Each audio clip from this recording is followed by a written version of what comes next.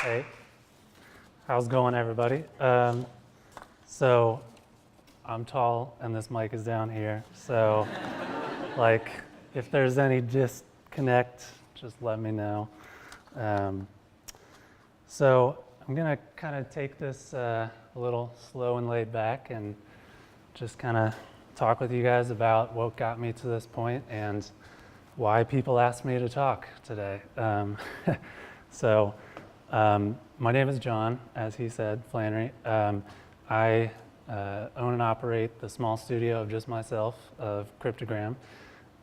So I'm a Cincinnati-based graphic design and silkscreen studio, primarily, but there's also so many other things that go into that. So when Jeremy asked me to speak about magic, you know, I was kind of like, that's so foreign to me. I don't know, like, where did this theme come from? And, you know, it really, like, set me on this very small, quick path to, like, sum up everything in life as far as my path to this point. And I kind of landed on, you know, this idea of beauty and science, this total contrast.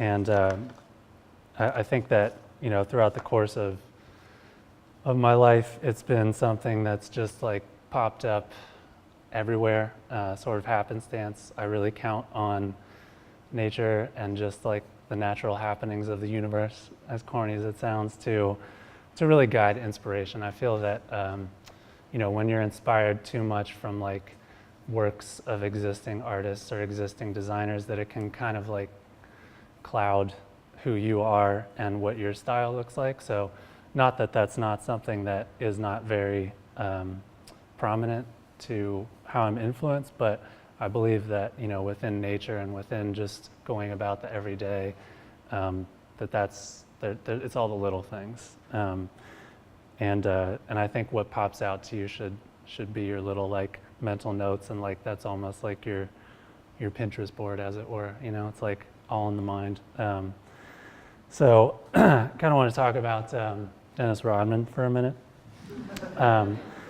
So when I was a kid, you know, ever since growing up, my parents have both been in the creative field.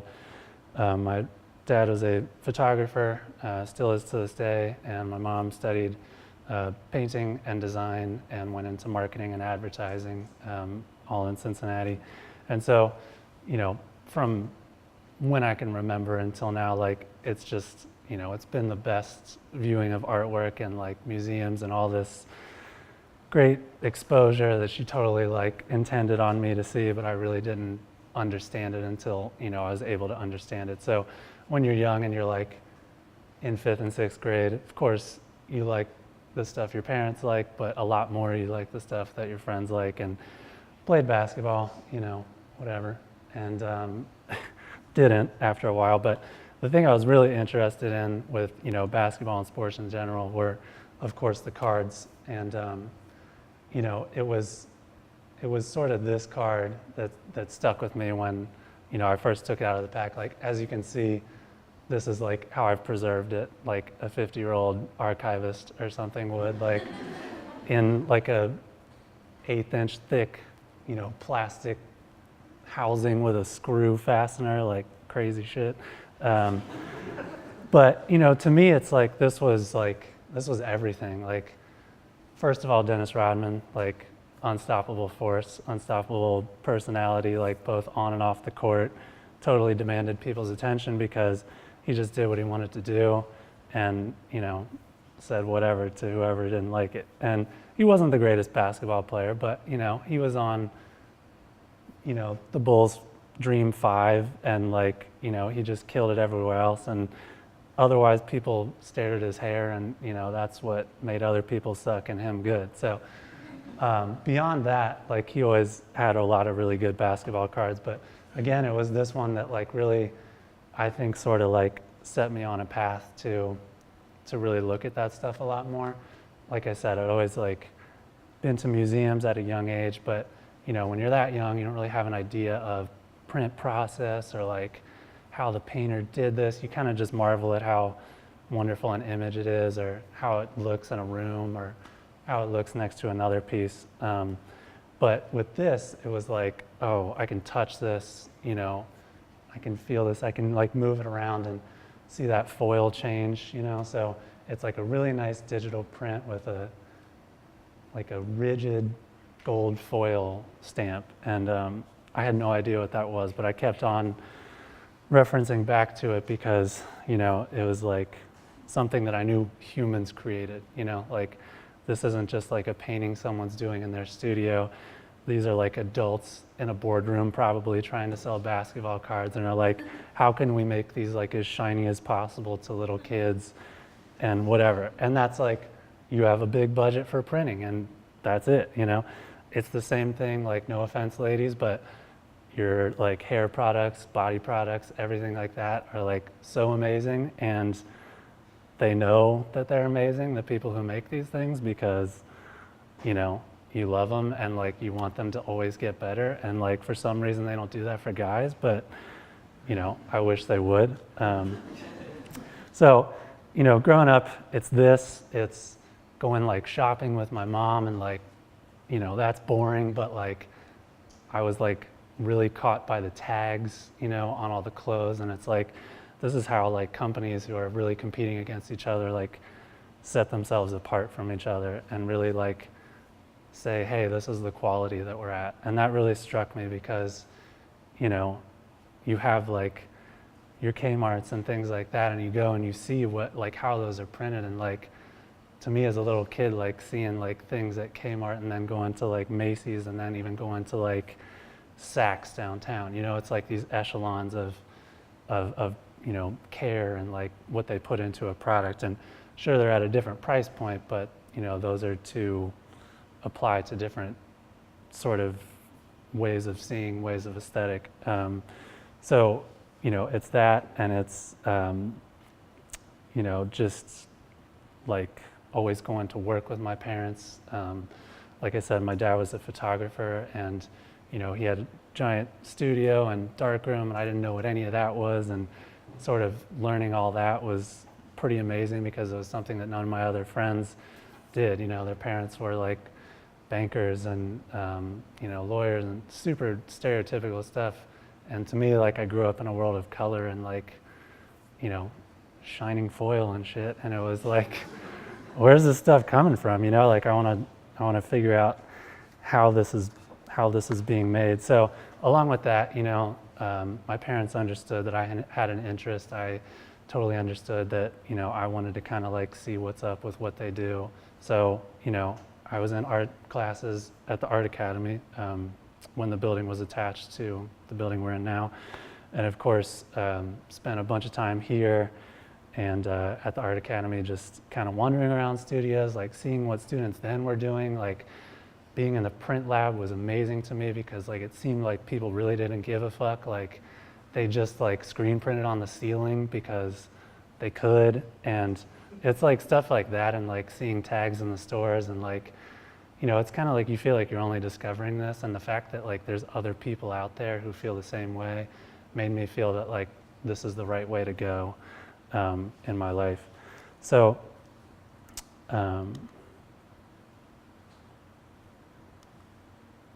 this slide will go.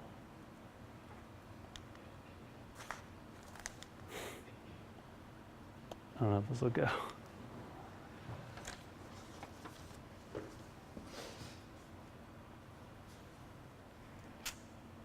Sorry about this. All right, so on to this, which is major. This is a print by the Renaissance man, not even going to say artist, because he literally did everything. The Renaissance man, Swede, Max Bill. And this is a print that he did, as sort of a series of studies of like super geometric ways of breaking down a rectangle.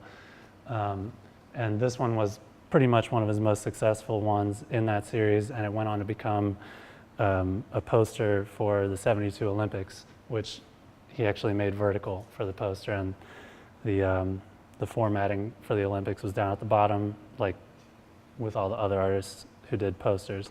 But this was in my house growing up, which is awesome. And like I said, with the tags in the stores and the basketball cards, like you see them and they're like ooh ah when you're a kid, but like as you grow up and you experience more and you hear more about professions and like go to work with your parents more who do this stuff, you start to understand like what you're looking at.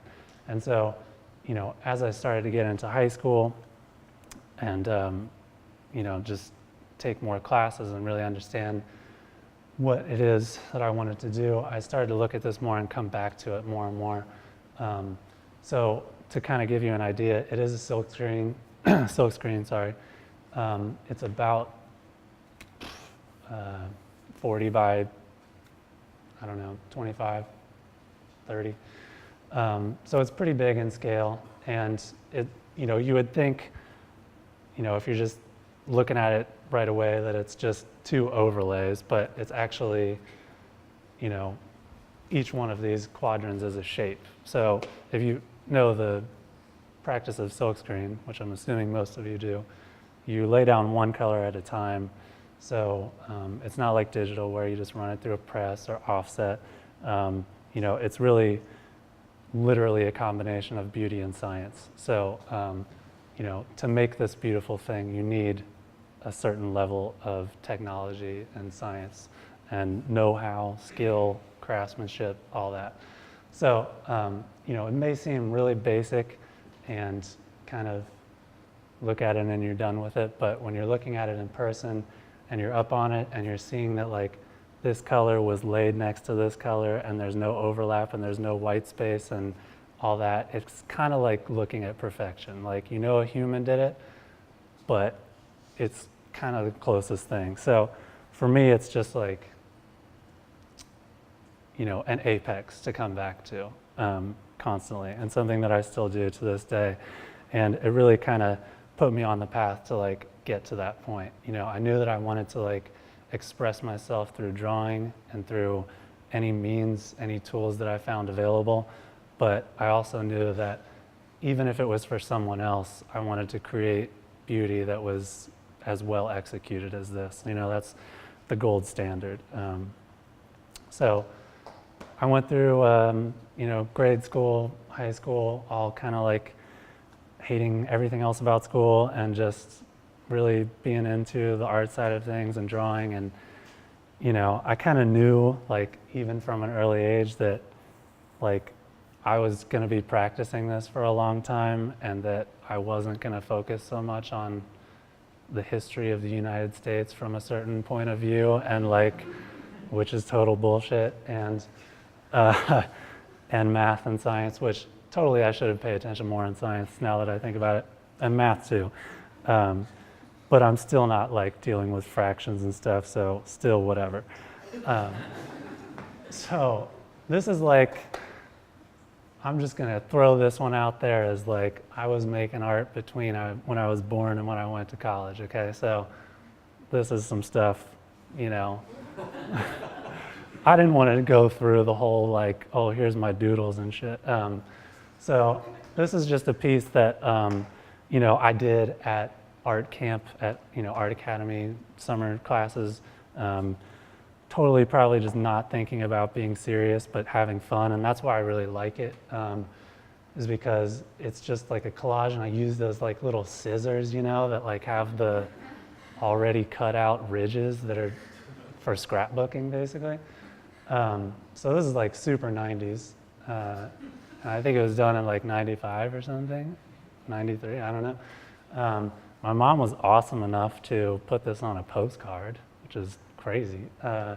LPK at the time was doing Pyatt Park lunches, and like she's like, oh, I put your art on a postcard, and I'm like, wow, like why, like probably have a bunch of like designers doing work on that and they're like, what's this? So sorry to you guys that swooped in there. So yeah, I had a love for it. I was doing it all the time, doodling in sketchbooks, whatever, kept all these sketchbooks, all that stuff. But, still I felt like it was like all leading up to something else.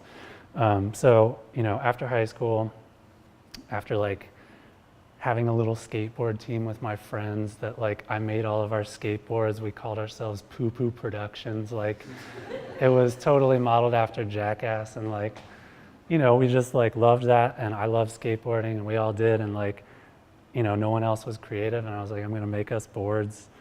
So that's something I would do in the driveway, and just like stencils and put the poop pile and like our faces on it, and really like probably a bad skateboard by today's standards, but we loved it, and like it just felt good to make that. So I kept making different skateboards just with spray paint and horrible craft and all that stuff, just learning, just taking it project by project. And that's really kind of how I still do things to this day. It's like all this like learning of everything that you can in order to like influence your main practice. I don't think that anyone should be a flat individual where you're just like painting and painting and painting, and you're not going outside, and you're not talking to people, and you're not whatever, to have a diverse lifestyle is, I think, only beneficial to your artwork. So, we were doing it all, just really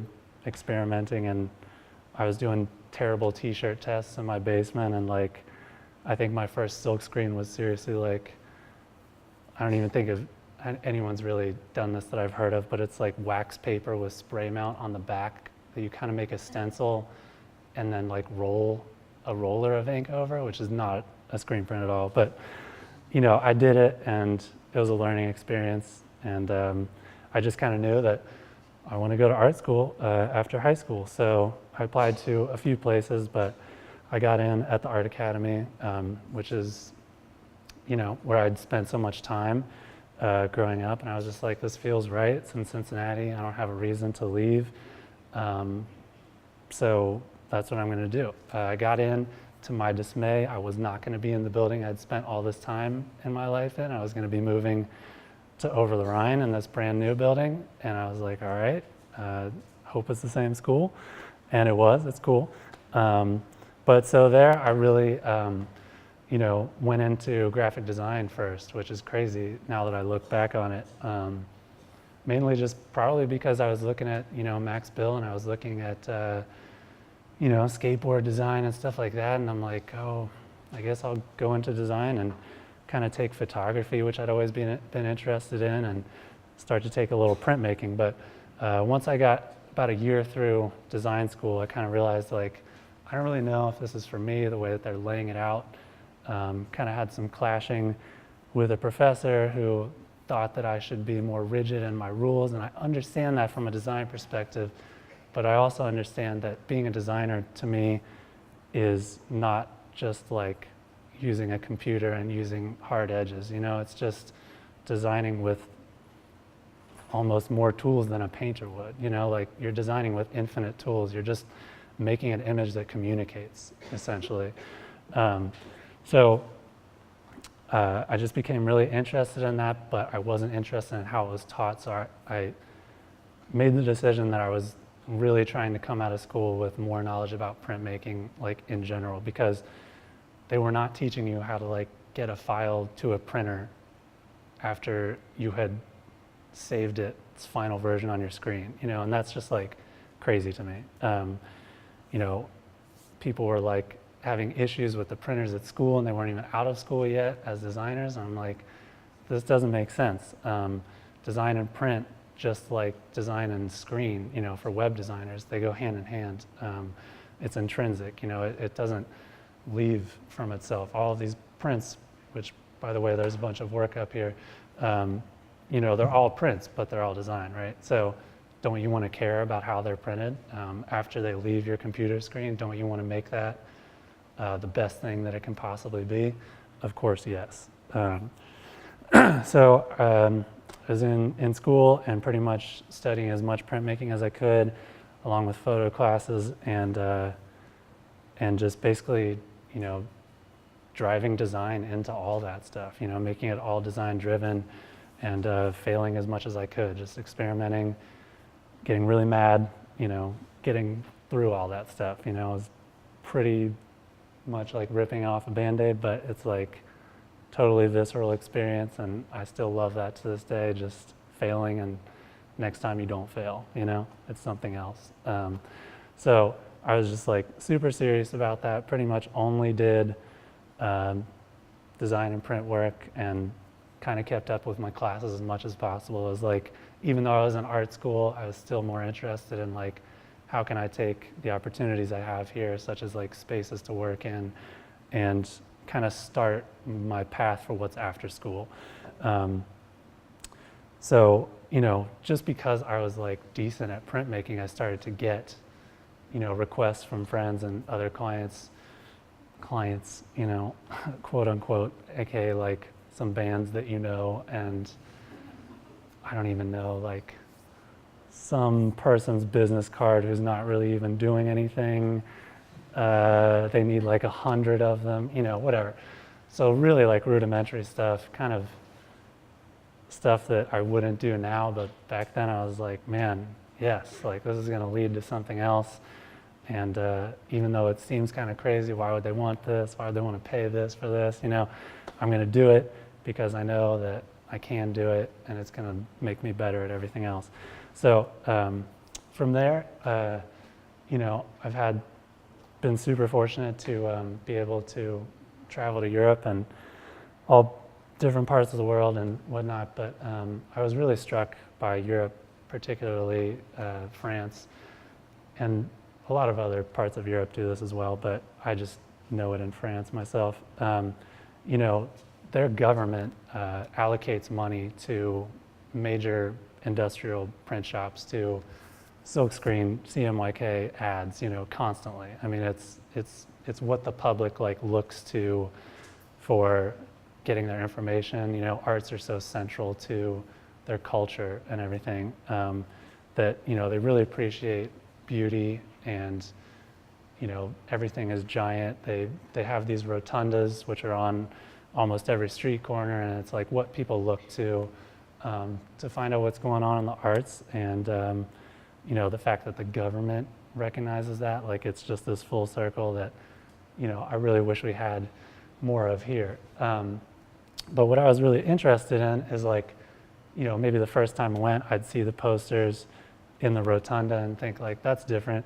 And then, like, you know, I'd see it again on another corner. I'd be like, you know, you can really see those dots. Like, this is not just like a digital print. So you do more like research into it and kind of realize that this is just like all a handmade process. Like, again, you know, these are not just like digitally printed off. These are, you know, handmade.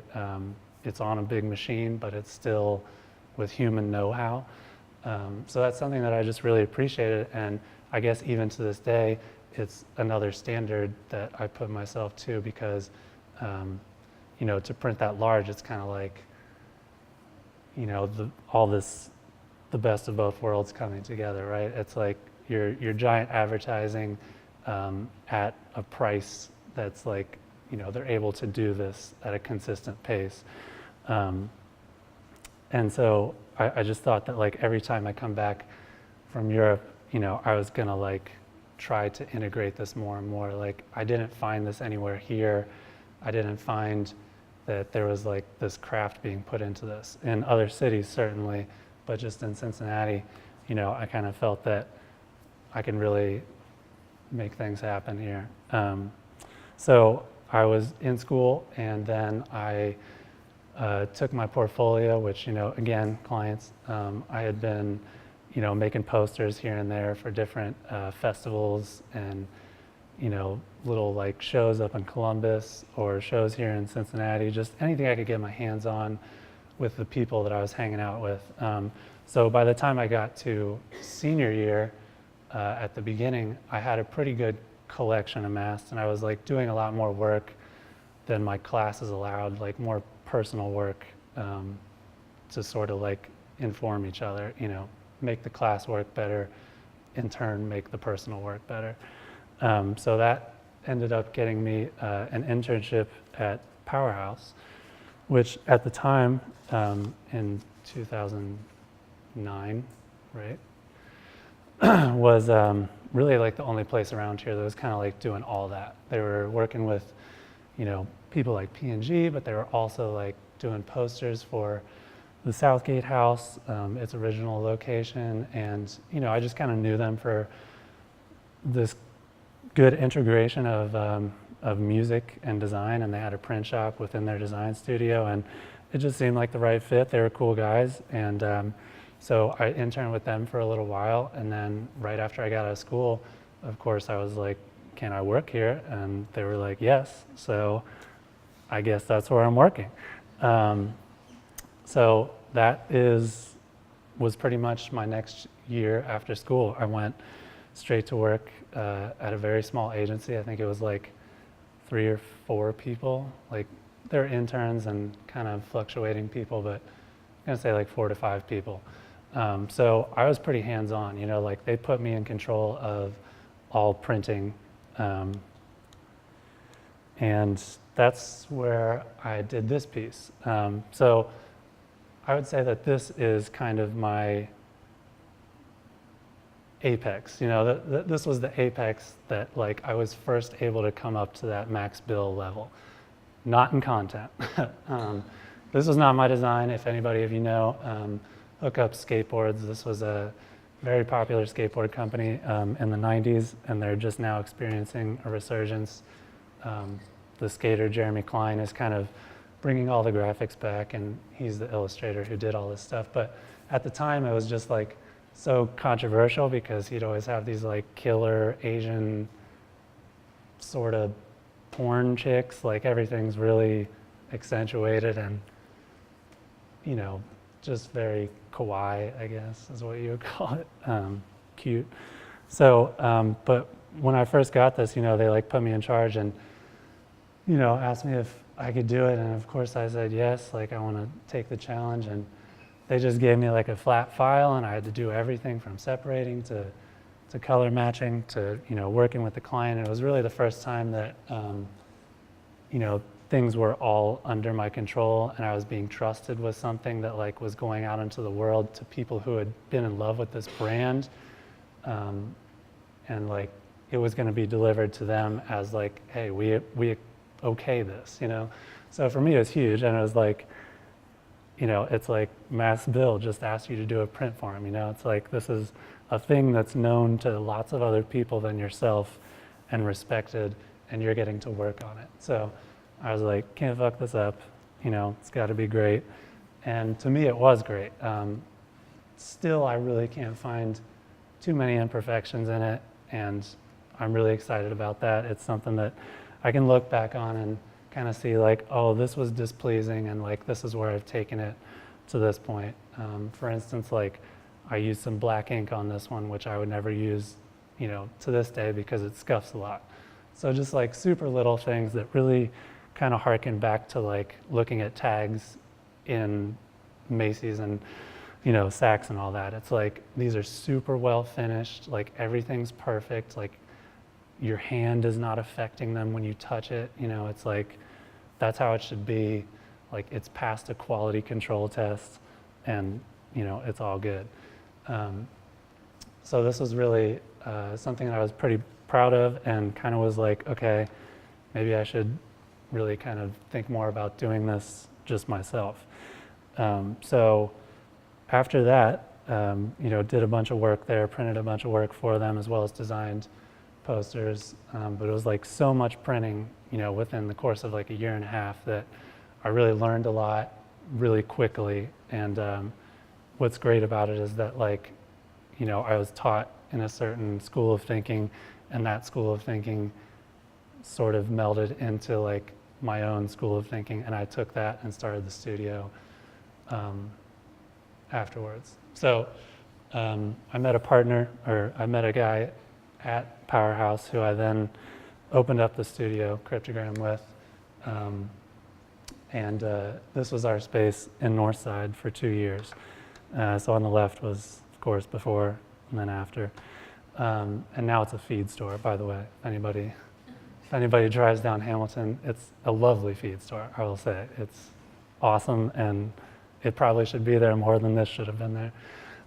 But we really love this space, and again, really got to learn a lot in the space, and fuck up a bunch and like get underpaid a bunch and all that stuff. But like, look at that shit, like that was awesome. We had a space, we had a little window that we built to display our posters because we were cranking them out all the time.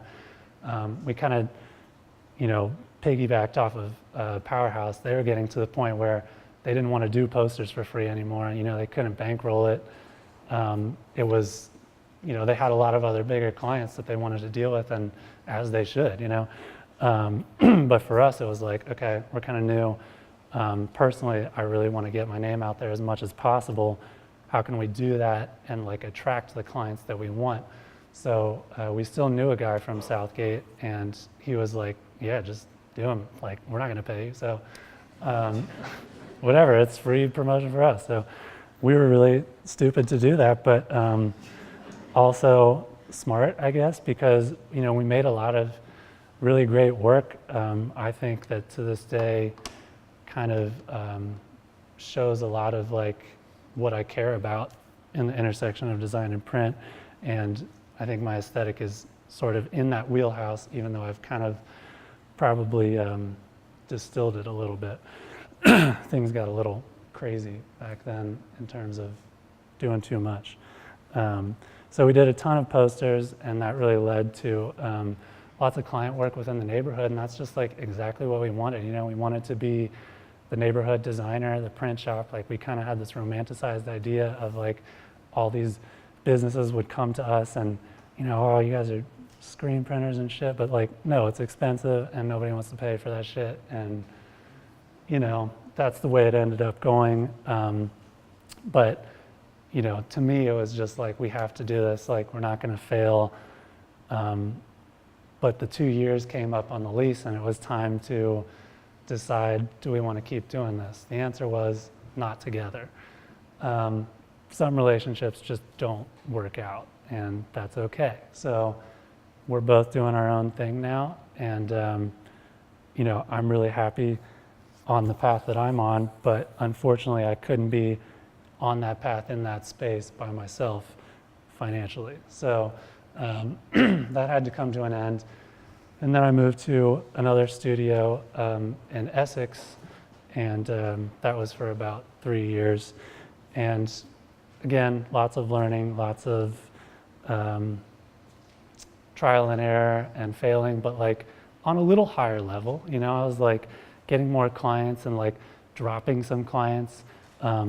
Admittedly, when I first started the studio, I was doing a lot of print work because it was money, right? I had some like unique clients that wanted like one-off stuff and on glass and wood and all these like odd materials and stuff, and it was terrible artwork. But at the same time, I was like, this is money. Like, I do it really well, I do it really quickly, and it's kind of able to afford me like the path that I want this to go in. So 6 years down the line to this day, it's still like a slow moving train, but those are the best moving trains. They get to where they're going and they don't like crash too badly. They might like stop and take a break and like need some help or something, need some little fix up. But to me, that's awesome. There's no one rushing you in this, and it was just all about taking your time and just making sure not to leave behind, the beauty and science. That's why you got into this. You're here to create beauty with science, So more and more as that went on, I started to get just like the best clients and like the best work, and I was really happy. And then one day I got an offer, 3 years into the Essex space, to go to another agency, and that was BLDG, where I just recently came from about 6 months ago. The thing that was weird about that was here's this guy that I'd never met before who was clearly aware of what I was doing, and he was kind of interested in like, how does this work together? So we came to a deal that we were going to kind of live under the same roof. And on the day that I was moving out and he was helping me, he was like, let me introduce you to this guy next door. And it was Kevin Kelly, who I had studied when I was in school, and unknowingly like shared a wall with this dude, like literally like throwing stuff at my wall probably. And he was like, who's this dude? Like getting pissed off. She knows. So yeah, it was kind of crazy. And so here's this guy who like works with like super geometric lines. His painting, everything is taped off. I'm like sitting in classrooms in school, like he's obviously influenced by Rauschenberg and Lichtenstein, and it's just kind of uncanny the way that like this guy came from Cincinnati and he's still here, and he's now like in a studio next to me, and he's making the work that I want to print. It's just like, and he went to school with my mom, and like all this stuff, these connections. So this is what I'm saying about like beauty and science being your inspiration, letting the world kind of like drive your path, and otherwise just focusing on the work. So that was just amazing to me, and that got me to like another apex where I was able to work on a print with him very similar to the Hookups print. It was 10 colors, had to be perfect. It was going to galleries, in New York, to buyers who had seen the image and then they were going to see the print, right? So it had to be like fucking perfect, like this is not, again, like some guy in a garage doing bike posters, which, screen printing can go from like garage style to Paris government giving you money to produce all their advertising, right? It's like got such a crazy, span of quality. So basically, yeah, that print was over, and I was like, wow, again, I did it, whatever, great. At this point, it's like, okay, I know that I have somewhat of a capability to print pretty well, so let's just keep it going. So that's kind of where I'm at now, as far as just staying on that path of exploration and just bettering the science, and kind of just making it equal to the beauty. So there's, like I said, not much work in the presentation, and I do want to open it up for Q&A and convo, because I think that really like a conversation really gets the best questions answered and the juiciest details. I don't know. What do you guys want to know? But there's work up here, which like you don't want to see it on the screen. It's better up here. But to give you an idea kind of like how I do work, a lot of times growing up, sketchbooks, it's like, oh, you're creative, you are an artist, here's a sketchbook. You kind of just are like thrown that and kind of got to see if it works for you. And it did work for me until I started printing a lot more and just going through paper and doing a lot more jobs. And I would kind of like set jobs up to be on the corners of papers or things like that. So there's a lot of extra. So every time that I would trim my paper, I would have like, I'd kind of decide myself some different formats. So at home, there's just like a constant growing stack of cards, that are just like every different kind of paper, because they're just left over from different editions. So it's kind of like informed the way that I work now. And it really kind of just like teaches me to work really quickly. Like instead of having a giant sketchbook page that's kind of open for, do you want to plan something out, or do you want to do a bunch of thumbnails? It's like, here's one thumbnail, make a quick piece that's like 5 to 10 minutes, So that really informs like working quickly, kind of like keeping it all in your mind and getting to the point where like you had it figured out and you're going to take it to the next step. So a lot of this stuff goes on to become posters or t-shirts or just other graphics for whatever I'm working on. It's definitely like the in-between, the sort of marinating point between projects.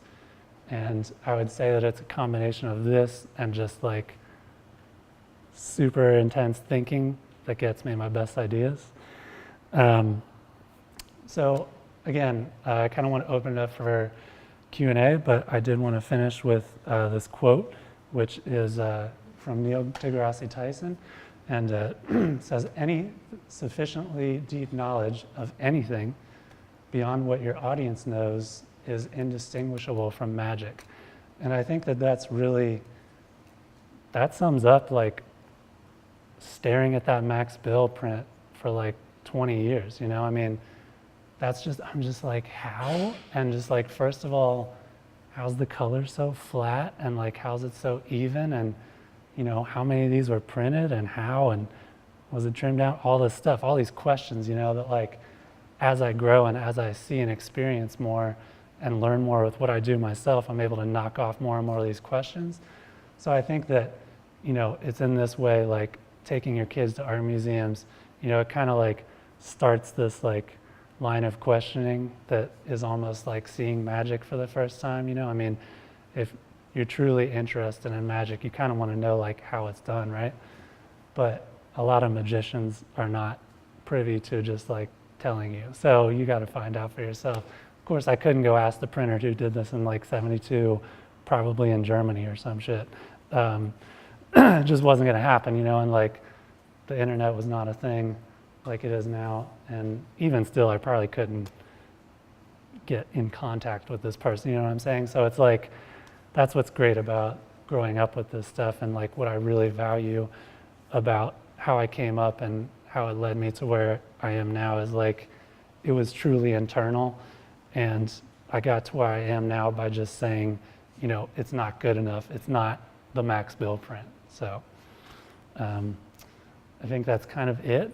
I skipped a couple slides because we're kind of going a little long, and I'd rather talk one-on-one, one-on-lots. So yeah, if anyone has any cues, happy to take them. You were showing the one print, you say even to this day you can't find any mistakes or defects. Having walked through some silk screen printing shops, I mean, looking at some of the mistakes, it seems like some of those look really cool. So how do you distinguish between what's a mistake and maybe what's an opportunity, or maybe talk to like how, like maybe during the silk process you find something like that? Yeah, that's really interesting, actually.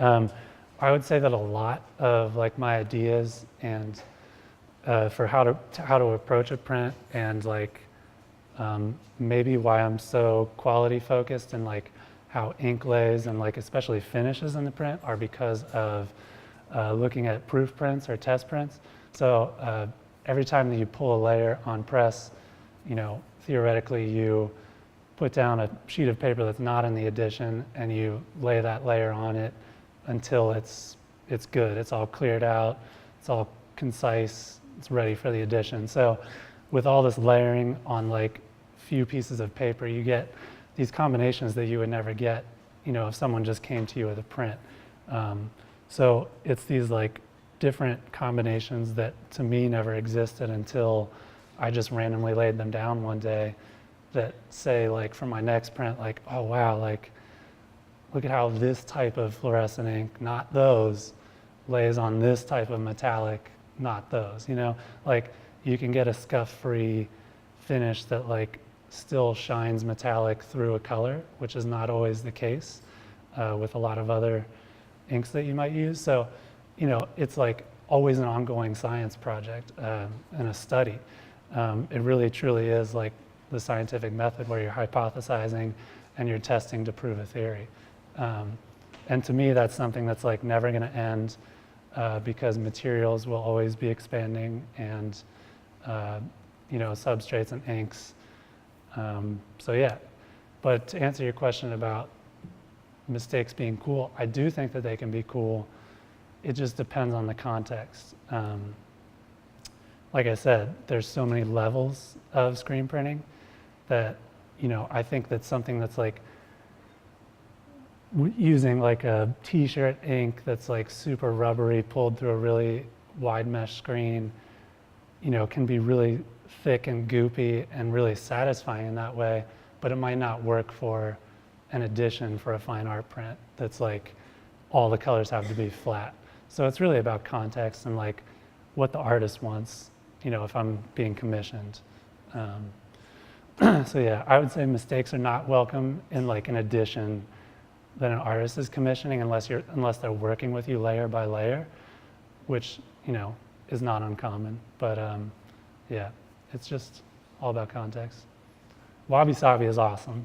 I love at the end of a print, getting water in there, doing some different tests, like photographing type and how the water's laying on it. Like, it's all a study, like not just the print, but like, if you think about the world, how water drips off of like a flower petal is like very similar to me, in that like how this black is laying on all these colors, and how there's like some matte parts, semi-gloss parts, and super gloss parts.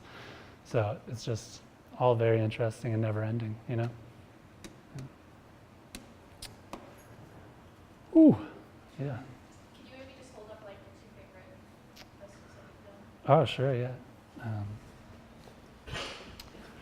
Well, this one is from this week. It's brand new. I would say that this is, I don't know, it's a bit of a milestone for me because it's really the first time that I've kind of tried to approach the large scale full sheet format, which is 24 by 36, and put so much ink on it. There's no white on this. This is a white sheet of paper, but there's no, there's no white shown, right? So, and that's something I really enjoy too, is like on all of these, these are all white sheets of paper, but it's like to be able to lay down a flat that's seamless and, overlays with another color seamlessly, and there's no like puckering or anything like that. It kind of echoes offset for me, which is a really big compliment because offset is printed on $1 million presses and like, it's for magazines, it's for really high finished stuff. So when I talk about screen printing, I think I mentioned this to DJ here, I think that it's sort of the bastard child of printmaking in a way because it has the potential to look like offset, to look like something really high finish, but you can do it in your garage, like it's just all about like how far you want to push yourself craftsmanship wise. See. Again, this is also just a white sheet, but this is another example of like using different finishes. This is the black that like takes on the same texture of the paper. So it's kind of like, it's so flat that it's almost a part of the paper, and that's not often seen within screen printing. But if you, it just depends on how you mix your inks and you work with it. Like it can be super raised or it can be super flat. And then this one is CMYK, so was this. And you guys can totally come up and look at these at the end, of course. But so these are printed, in 4 colors, how a digital press would. But instead, the digital press puts it all down in one swipe, whereas this goes down, lightest to darkest, 1 color at a time. So I was particularly happy with these just because they all came from photos.